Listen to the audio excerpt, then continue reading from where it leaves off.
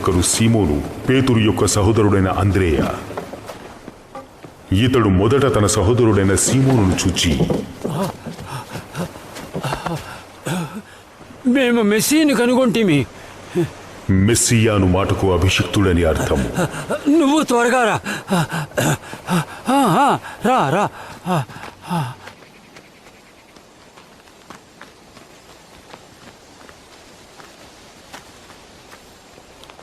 యేసునొద్దకు అతని తోడుకొని వచ్చాను.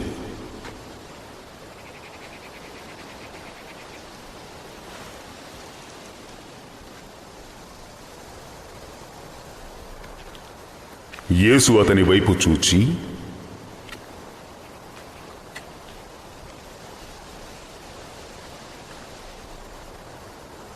నీవు యోహాను కుమారుడమైన సీమోనువు,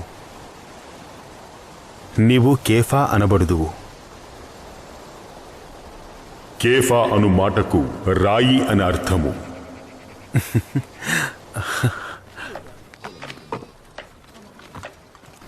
మరునాడు ఆయన గలిలయకు వెళ్ళగోరి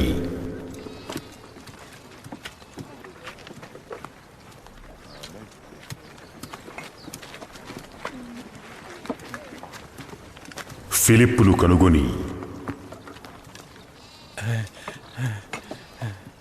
అతనితో చెప్పాను, నన్ను వెంబడించుము. ఫిలిప్పు బెత్సాయిదా వాడు, అనగా ఆంద్రేయ, పేతురు అను వారి పట్టణపు కాపురస్తుడు.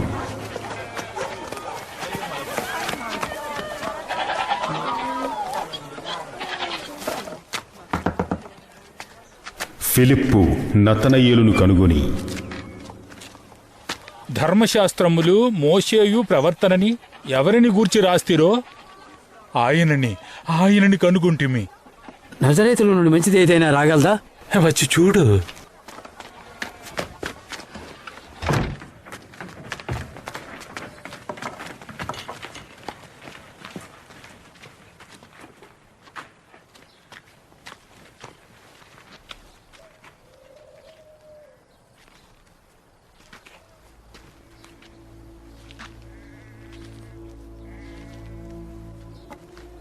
యేసు నతనయేలు తన యొద్దకు వచ్చుట చూచి, ఇదిగో ఇతడు నిజముగా ఇజ్రాయేయుడు, ఇతని యందు ఏ కపటమునూ లేదు. నన్ను నీవు ఎలాగ ఎరుగుదువు? ఫిలిప్పు నిన్ను పిలవక మునుపే నీవు ఆ అంజూరపు చెట్టు కింద ఉన్నప్పుడే నిన్ను చూచి తిని.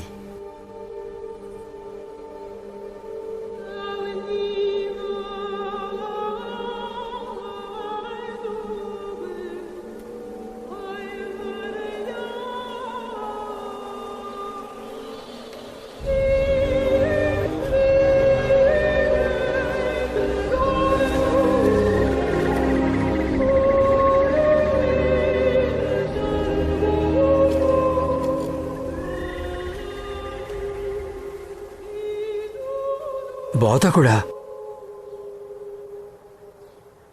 నీవు దేవుని కుమారుడవు,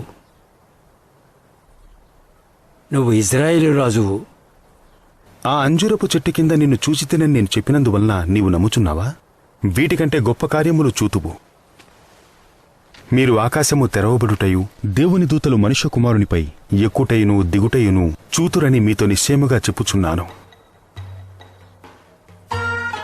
మూడవ దినము గలిలయలోని కానా అను ఒక ఊరిలో ఒక వివాహము జరిగెను.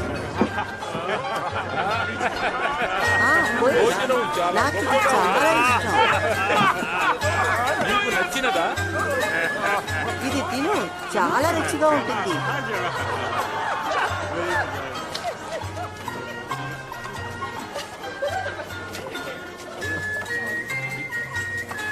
ఇష్టపడి తింటున్నాడు చూడు. యేసు తల్లి అక్కడ ఉండెను. ఇదంటే చాలా ఇష్టం. యేసును ఆయన శిష్యులను ఆ వివాహమునకు పిలువబడిరి.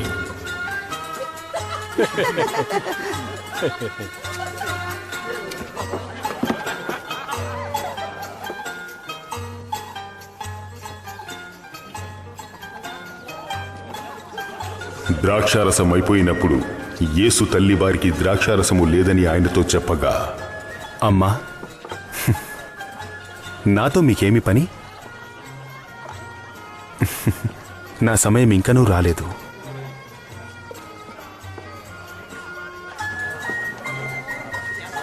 ఆయన మీతో చెప్పిందేంటో చెయ్యండి.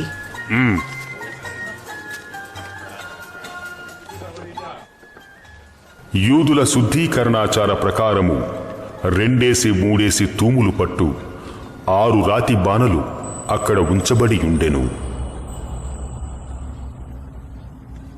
ఆ బాణలు నీళ్లతో నింపుడి. ఈ విందు చాలా బాగుంది.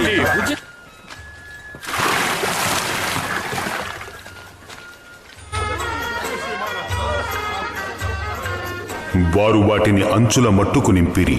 మీరిప్పుడు ముంచి విందు ప్రధాని యుద్ధకు తీసుకుని పొండి.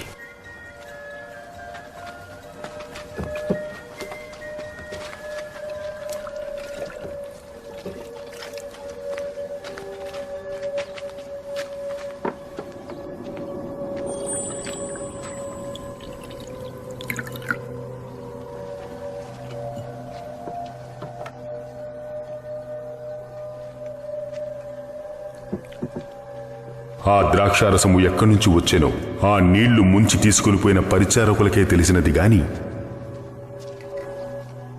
విందు ప్రధానికి తెలియకపోయెను. కనుక ద్రాక్షరసమైపోయిన ఆ నీళ్లు రుచి చూసినప్పుడు ఆ విందు ప్రధాని పెండ్లి కుమారుని పిలిచి, ప్రతి వాడును మొదట మంచి ద్రాక్షరసమును పోసి జనులు మత్తుగా ఉన్నప్పుడు జబ్బు రసమును పోయిను.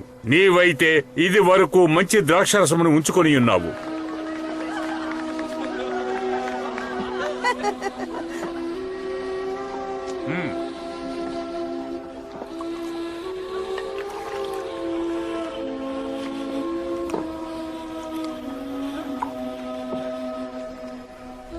గలిలియాలోని కానాలో యేసు ఈ మొదటి సూచక క్రియను చేసి తన మహిమను బయలుపరిచెను. అందువలన ఆయన శిష్యులు ఆయన యందు విశ్వాసముంచిరి. అటు తరువాత ఆయనయు ఆయన తల్లియు ఆయన సహోదరులను ఆయన శిష్యులను కపెర్నహూమునకు వెళ్లి అక్కడ కొన్ని దినములుండిరి.